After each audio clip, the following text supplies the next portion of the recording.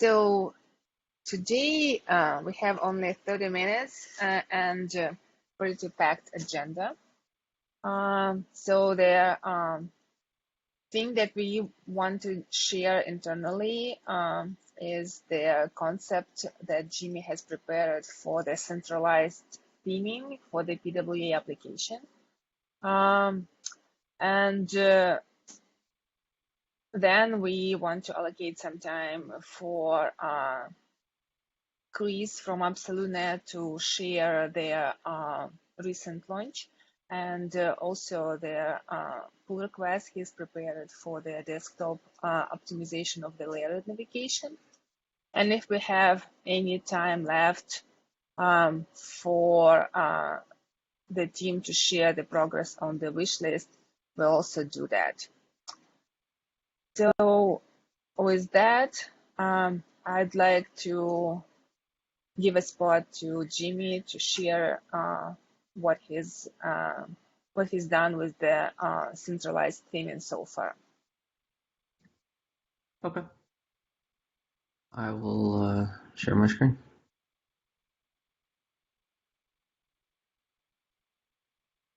Can you all see my screen? Yes. Yep. Cool.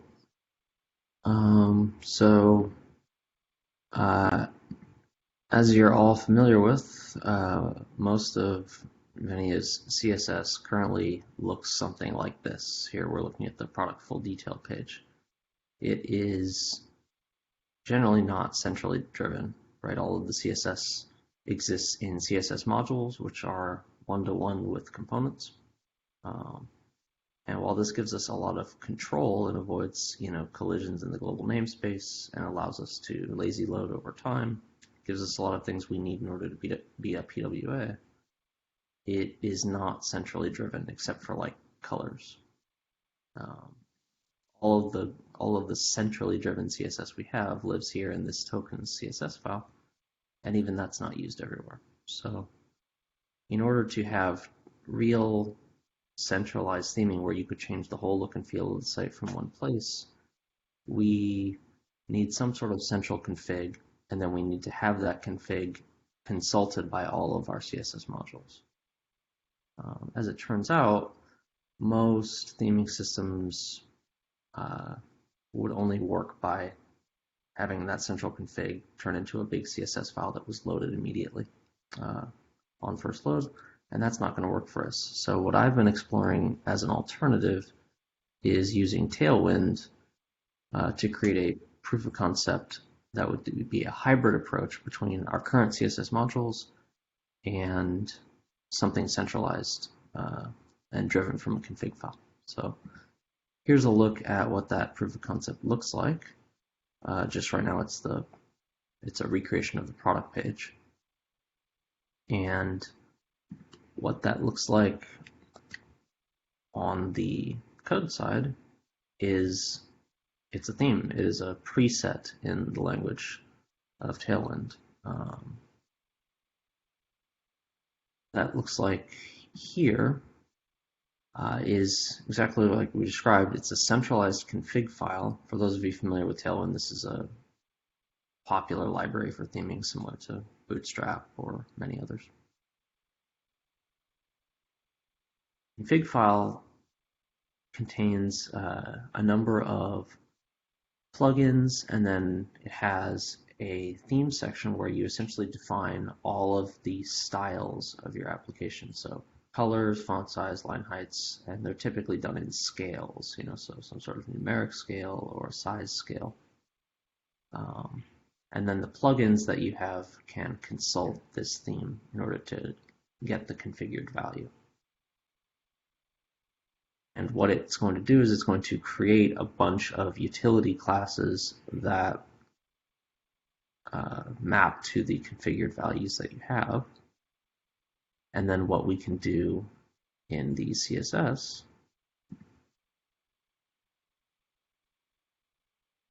is we can use the CSS modules composes feature to compose these classes.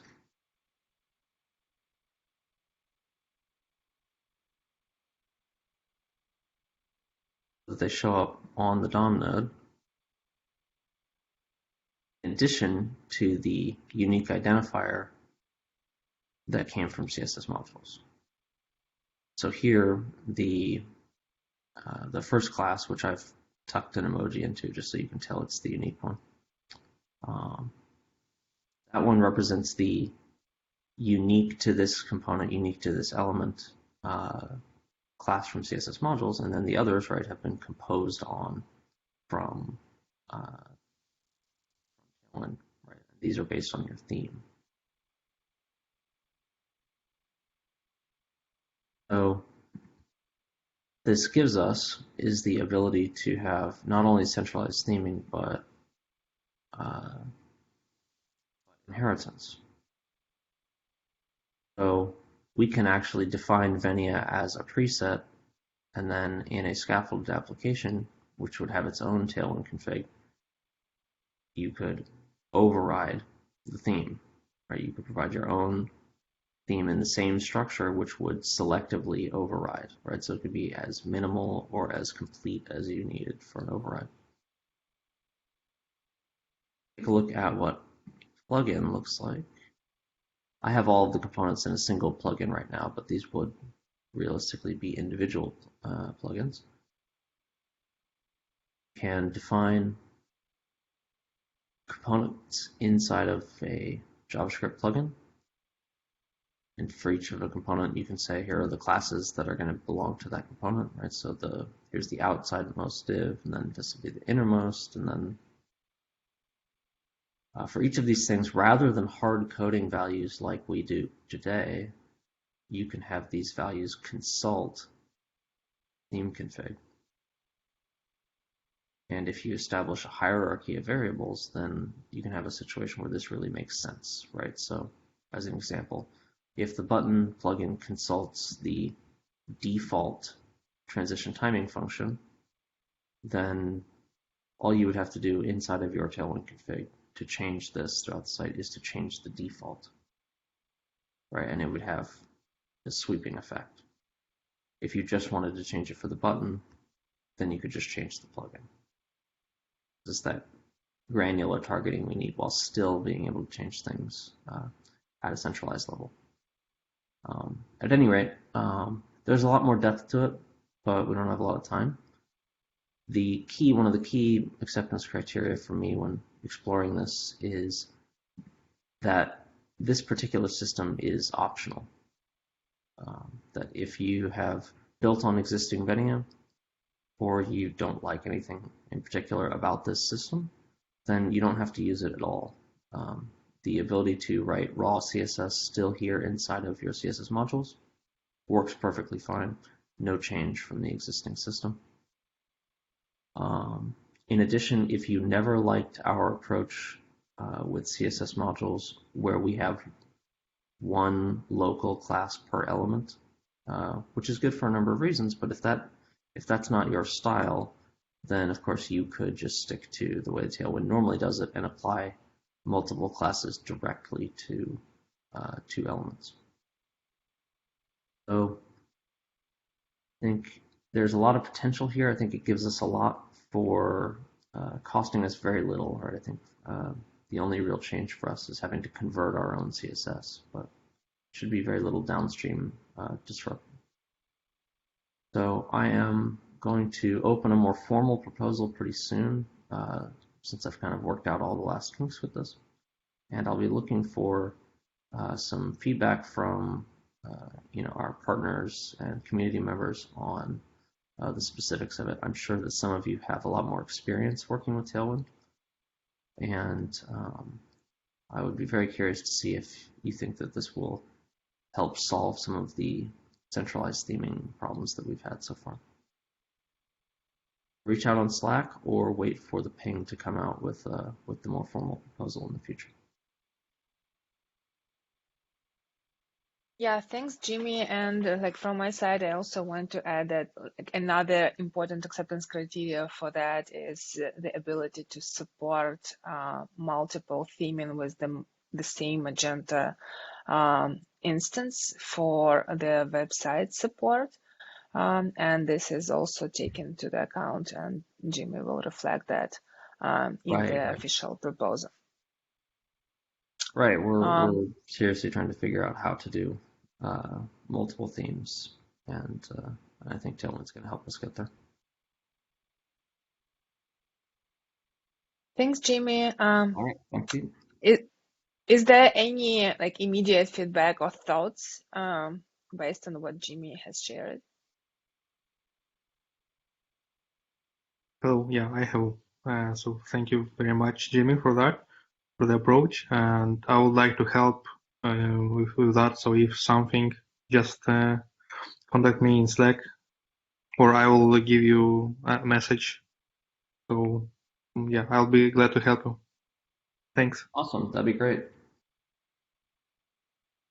Yeah, essentially, as Jimmy already mentioned, we are looking for to hear the perspective of you guys who write the extensions for the PWA, customized PWA storefront on a daily basis, and know the requirements for that in much more depth. So we would like to hear that perspective from you as well. So with that, I want to hand over to Chris to share the demo and the recent launch. Awesome. Thank you. All right, let me get a screen share up. All right. So hopefully everyone's seeing the StructTube site at the minute. But this is the first PWA Studio launch we've done here at Absolunet, and we're pretty happy with it. It's performing pretty well, and clients super happy. So yeah, I just figured we'll give a bit of a rundown, a bit of a demo of what we've built here. It is fairly custom. We've added a decent amount of features over a standard PWA Studio implementation. And yeah, to sort of like walk through what we've done here. So StructTube's a Canadian-based furniture retailer. They have, I don't know, 70, 80 stores across Canada. And yeah, we moved them from Magento 1 to Magento 2 with PWA Studio. So they get pretty high traffic. So we went with the PWA option for performance mainly. So homepage here is all built with Page Builder, which is really good. Pretty happy with how that works with the integration there on PWA Studio. We've got some Instagram stuff here, some category quick links as well.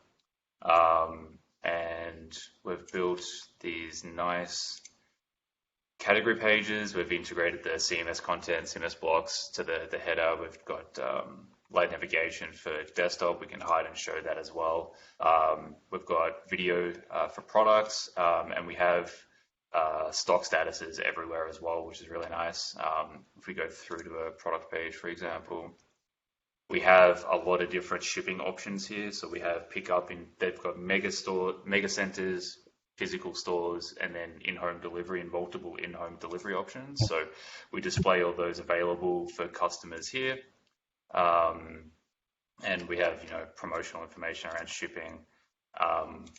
They have a lot of box complexity as well, like multiple boxes per product. So we have an integration with Shipper HQ to handle our logic there. Integration with reviews as well, which is not standard. And then if we go through to shopping cart, for example, we've built it was based on the original PWA Studio mini cart. So we have, the ability to do our calculation of shipping and tax and all that directly in the mini cart. And we've built a complete custom checkout experience for these guys, where we have ship to home or pick up in store, where we're able to actually select like the closest store to me, for example, and pick a physical store to pick up in with distance and all that kind of stuff. So we've done, up in Canada, we have Moneris as one of the popular payment methods. So we have Moneris integrated and also PayPal Express for the multiple payment options there. So the checkout flow is sort of a carryover from Magento 1. We built a custom checkout for them there, but it worked really well, so we kind of brought that forward to M2 as well. Well, that's a good error. I love when demos go wrong. We built our store locator across into M2 into PWA as well. And what else have we got? Oh, they do assembly instructions. So we have for all of our products the ability to download PDF assembly instructions, so people can search based on SKU or name and find the relevant instructions for them to put together their furniture. So yeah, that's like a really, and it's multi-language. So we use the store view implementation in V8, I think that came in. So that's available in French and English for the Canada market. Yeah, that's our site. Beautiful, Chris. Really All of quick. that. A couple of other cool things we added. So all images are optimized through Cloudflare. So we have Cloudflare as our CDN. So everything goes through Cloudflare with the correct resize logic. So image comes from the back end of Magento to Cloudflare, gets automatically resized based on the device, the browser, whatever, and is rendered here. So we saw a really nice gain in image performance as part of that. And we do have for bots server-side rendering through Rendertron implemented. Cool. So initial metrics that we're seeing is it's 6.2 times faster overall than the Magento 1 site, which is a pretty good improvement. Yeah, that looked definitely impressive and nice customizations to their default PWA. So, like you mentioned, their integration with the reviews and Shipper HQ. Is there any other integrations that you've done? So we have list track for email marketing. Reviews is native Magento reviews. We've just built the components and the GraphQL for that. Yeah, and then we're not using a Yoppo or Bazaar Voice or anything like that. It's just native reviews. What else? We've got FedEx and Canada Post but that's through Shipper HQ. And then list track, and then Instagram as well. We have these structured style tags for the Instagram stuff. And I think that's it from an integration perspective. Yeah, well done. It's a very solid implementation. And the performance, you said, is compared to Magento 1, right? Mm-hmm. Yeah. Yeah. So, yeah. If anyone has any questions, just feel free to reach out. I guess Lars have some. Oh, yeah? Actually, Chris. Oh, in the chat. Cool. First of all, it's a wonderful store. Really love it. Do you have any metrics on how many people actually use it as a mobile store or like a desktop, like a true? Oh, I can get that. I don't know if I can say that publicly, but I can give you the stats on that privately, probably. Wonderful, but I know I can say probably it's definitely more than 50%. It might be more than 60% are on mobile. It was like they have a decent amount on mobile. Yeah, that's really good. Thanks for that. Because I wanted to know like how it, PWA, like truly using the store as a PWA like works for people, like how do they like it? It comes with other benefits like, offline capabilities and stuff that probably you wouldn't get from another app, like another store. Mm-hmm. How does it fare? But thanks for that. Yeah, no problem. Yeah, that would be also interesting. The question was, so we're using Rendertron, not SEO Snap. Yeah, and from my perspective, that would be nice to hear, maybe privately, the difference between like mobile traffic and mobile conversion. Yeah, we're letting the site run for a little bit longer before we really start analyzing the improvement in conversion. We want to get some decent data before we kind of make like a jump on the assumptions there. But my understanding is we'll be putting out a case study on this one in the next 6 months or something like that once we get a decent amount of metrics. Awesome. Yeah, great job. Yeah, looks really awesome. Yeah, Thanks. maybe one question. Did you some performance improvements for GraphQL, or you only use the CDN to cache the queries? We're not caching the queries in Cloudflare. We're using Varnish. So we Mm-hmm. have the standard Varnish caching around that, Mm-hmm. and the obvious drawbacks with GraphQL in Varnish until they fix the issues with like logged in queries. There'll be issues there, but we had multiple iterations of performance improvements on this project. So I think I went through 2 or 3 different assessments where we analyzed the site during our development process and adopted like performance improvements around usage of like the amount of queries that we're doing, and yeah, trying to cut down on that kind of stuff. We have some improvements coming out in the next couple of weeks around the minicart performance. At the minute, we're probably doing a few too many GraphQL queries, but we'll be reducing that in the coming weeks. Oh, cool. Would be happy to hear if is there anything what we can improve in the core, or maybe we need to create There's some stories in the backlog. Yeah. There's definitely room for improvement, especially around GraphQL. The caching is pretty terrible right now. So there's definitely room for improvement. Yeah, thank you. Yeah, so we have 7 minutes left. Chris, do you think we'll have enough time to do the demo for the layered nav desktop improvements? Yeah, I think that should be pretty quick, to be honest. I'm not going to do it. I've actually got Justin on the call. Justin's part of my team here. He's one of our devs over at Absolunet. So go for it, Justin. Cool. Hello. Can everybody see my screen over here? Yep. Yes. Can we hear me? Oh, yeah. We can hear Yeah? you, we can see I you. think I lost audio. I'll continue anyways. So here we have the base Venia version. So what we've gone and done, we've exposed basically what was in the off canvas before. We've exposed that to the desktop version. So we have here, we've also added show more, show less. We've adjusted the sort, otherwise it would have been just floating. We've added how many results we have. And we also, when something's applied, we'll scroll back to the top. So it's pretty much the same functionality as we had before, but now we have the full layered nav exposed on the side.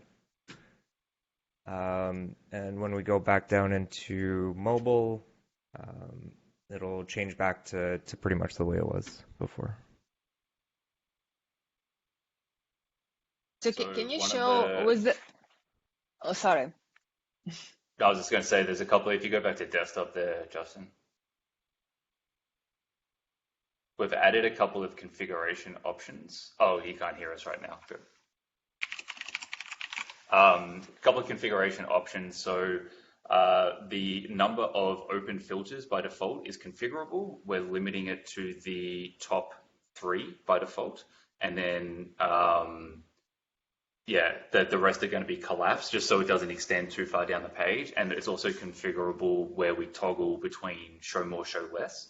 I think we set the default at 10, but if you want that 5, it's just a parameter which you can change quite easily. There's a few other things.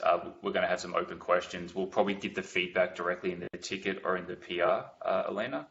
Just some open questions around some like interactivity elements and things like that.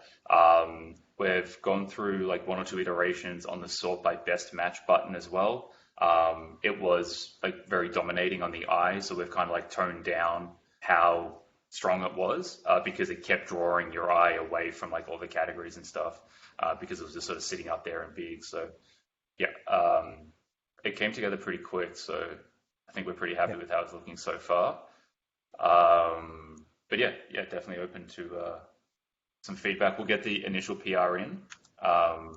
Start getting feedback, but yeah, So I'll go ahead and create that today. So when you say it's configurable, you mean configured where? On the admin panel or No, in PWA Studio, it's Okay. I think we're passing it in as a prop or something like that. We exposed it as a prop, so you can quite easily change it. Yep.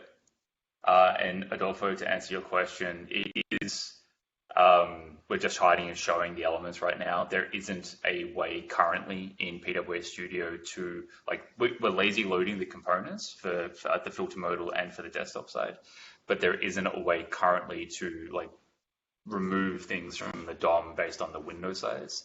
That would And be it's the great, right? same. It Yeah, would be great, but definitely. it's the same limit. It's the same. Just It's a limitation that was identified with the mega menu implementation. Because if you look at mega menu, there's always the mega menu DOM elements and the mobile nav DOM elements. So it's basically the same problem we have here, and it's a bigger issue that needs to be solved in PWA Studio. I'm trying to work on something on the product page, and I would like to change the component. So I'm using some tab component on desktop view, and I would like to switch it to an accordion on the mobile view. But it would be great to use one component or load one component depending on the viewport width, and not just render both at the same time and just adjust it through CSS. For sure. That's definitely. Not And convenient. then the thing is, we then have to think forward about when SSR, server-side rendering, is implemented, and how we handle that in the server-side rendering engine is to determine the viewport and render the correct size. So there's some open questions, but for a first pass, I think it's in a decent state. Cool. Yeah, I mean, I think it looks great. I think it's definitely as it should be to have those filters exposed on desktop, Mm-hmm. But yeah, if you're looking for help, on a way to unmount, at various resolutions, I think that there are ways we can do that. So if there's a PR or something like that, I'd be happy to take a look and add some comments. Awesome. Yeah. The biggest issue with mounting and unmounting is really the server side rendering. Mm-hmm. Front end, it's okay, but to get that first initial render, unfortunately, the back end won't have the correct information yet. You either see a flash or stuff like that. So we went ahead and kind of copied how the mega menu works and just stuck to a CSS base and duplicate DOM, which is unfortunate. Right. I think part of true, SSR solution, right, is figuring out how to run all of the queries that ought to be synchronous in order for a full render, right? Yeah. Only on my mind. Yeah, looks great. Really appreciate the initiative here. Cool. Thank you. Of course. Yeah, that's amazing thing. Thanks, Chris. And yeah, we are out of time. I guess we postpone the rest of the agenda to the next call. And thank you guys for being with us. And see you in 2 weeks. Thank you. Thank you. Bye. Thanks, everyone. Thanks for sharing. Wonderful demos.